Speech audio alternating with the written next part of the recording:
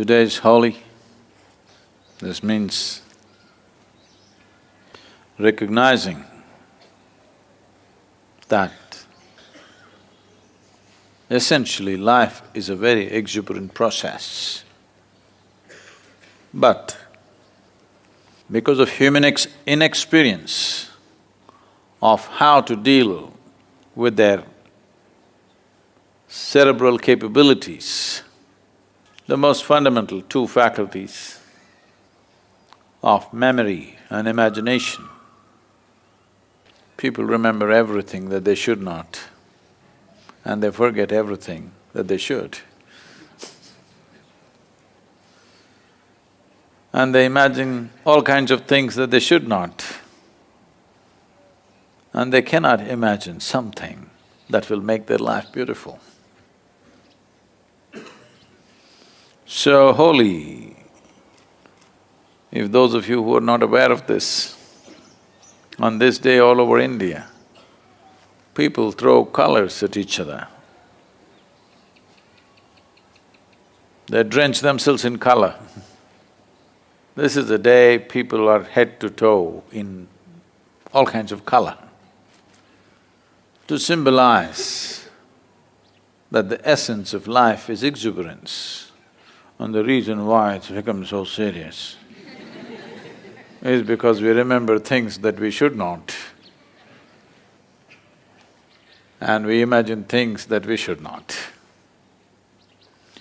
So Holi also means burning up all unnecessary things in our life. On this day, people bring out all old clothes and neighborhood children's toys.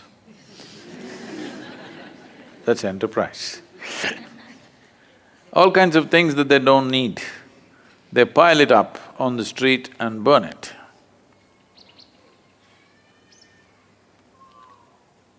This is not about burning old clothes. This is about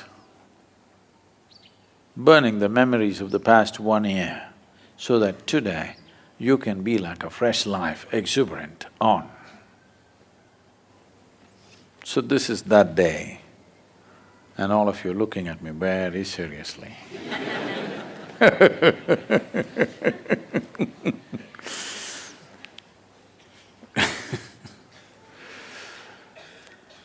This is the time in India, this is the late spring, when the second slew of blossoms should happen, but unfortunately this year has been such a bad drought, the mountains are looking brown for the first time in the last 6 to 7 years. They were looking brown 25 years ago, and we planted up this hill. But in the last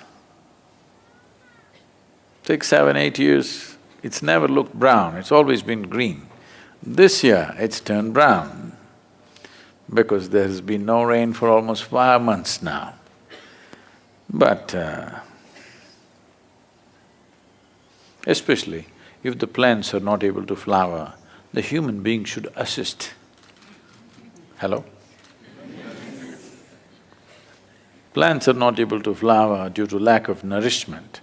You don't look undernourished. You must make it up. Because plants are not able to flower because of the drought. You must make it up with your smiles and your joy and your exuberance, because when nature fails, man is supposed to stand up. Hello?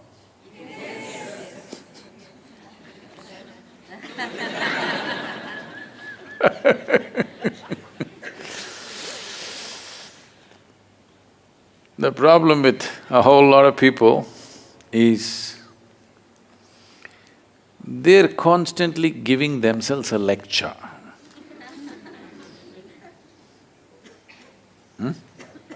A lecture. Sitting in the satsang, not always are they listening to me, they're running a parallel lecture program. Any time of the day or night. It happened one night. Shankaran Pillai was walking home. He was going home. 2 a.m., 2 o'clock in the morning. And he was not able to hold a straight line because the damn planet is round, how to hold a straight line? So he was little wobbling around a bit. The policeman who was on the night beat stopped him and said, "Hey, you are not steady on your feet. Where do you think you're going at this time of the day?" Shankaran Pillai said, "I'm going for a lecture." The policeman asked, "Come on, 2 o'clock in the morning, who is giving a lecture?" Shankaran Pillai said, "You don't know my wife.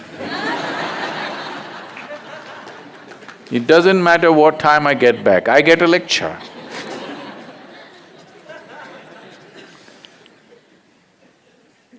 And many of you don't have a wife or a husband, but you are on a lecture tour all the time. Self-help, this is called.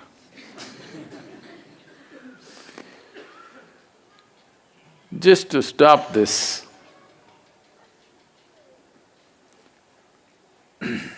preoccupation with your own rubbish endlessly, most people think it's impossible.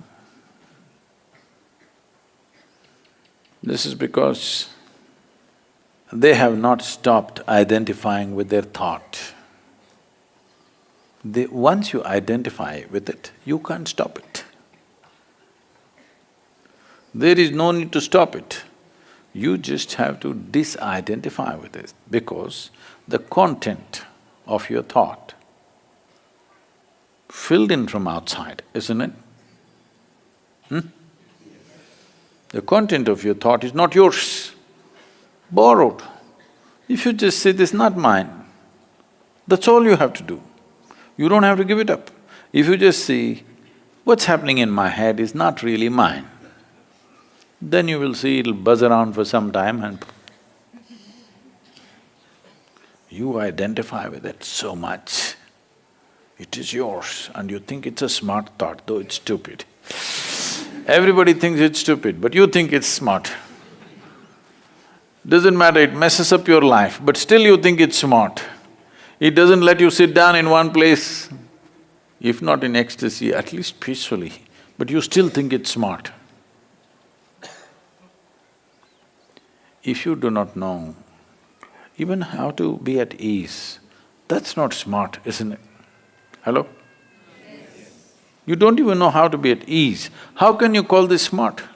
Nothing smart about it. It's the dumbest way to exist. But because you are so invested in it, you can't drop it.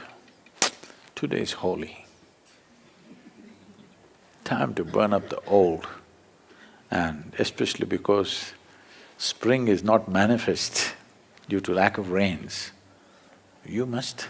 I'm going to watch you for next 3 days in the ashram premises. I want to see how you are. Different levels of aliveness, isn't it?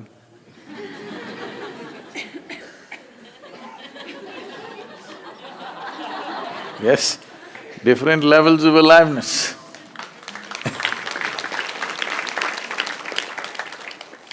Springtime, Holi,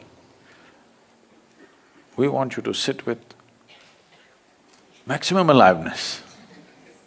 Hello? Yes! I didn't say it have to be noisy. Maximum aliveness. Flowers are missing this year. You have to make it up. Because that's the only goddamn thing you have, aliveness. Everything else is your rubbish in your head. Yes or no? Yes. That is the only thing you have. Rest is all your rubbish. That you must keep it full on. No? No, I'm saving it, Sadhguru. Because I've already built a steel coffin, I'll be there for a long time, I have to have something left. This happened. This really happened.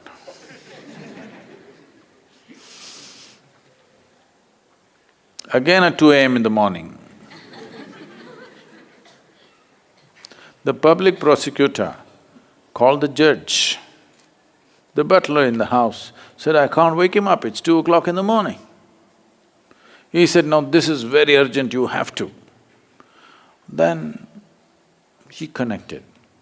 This telephone rang in the bedroom and the judge picked up and asked, "Who is this?" "Mr. Justice, Justice Grover just passed away and I would like to take his place."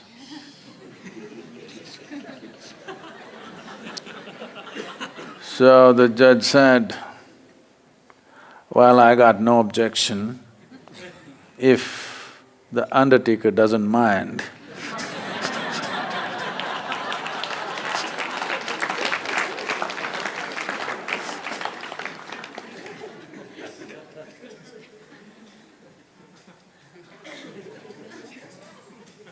You want to act like you're already half in? Hello? No flowers in the garden.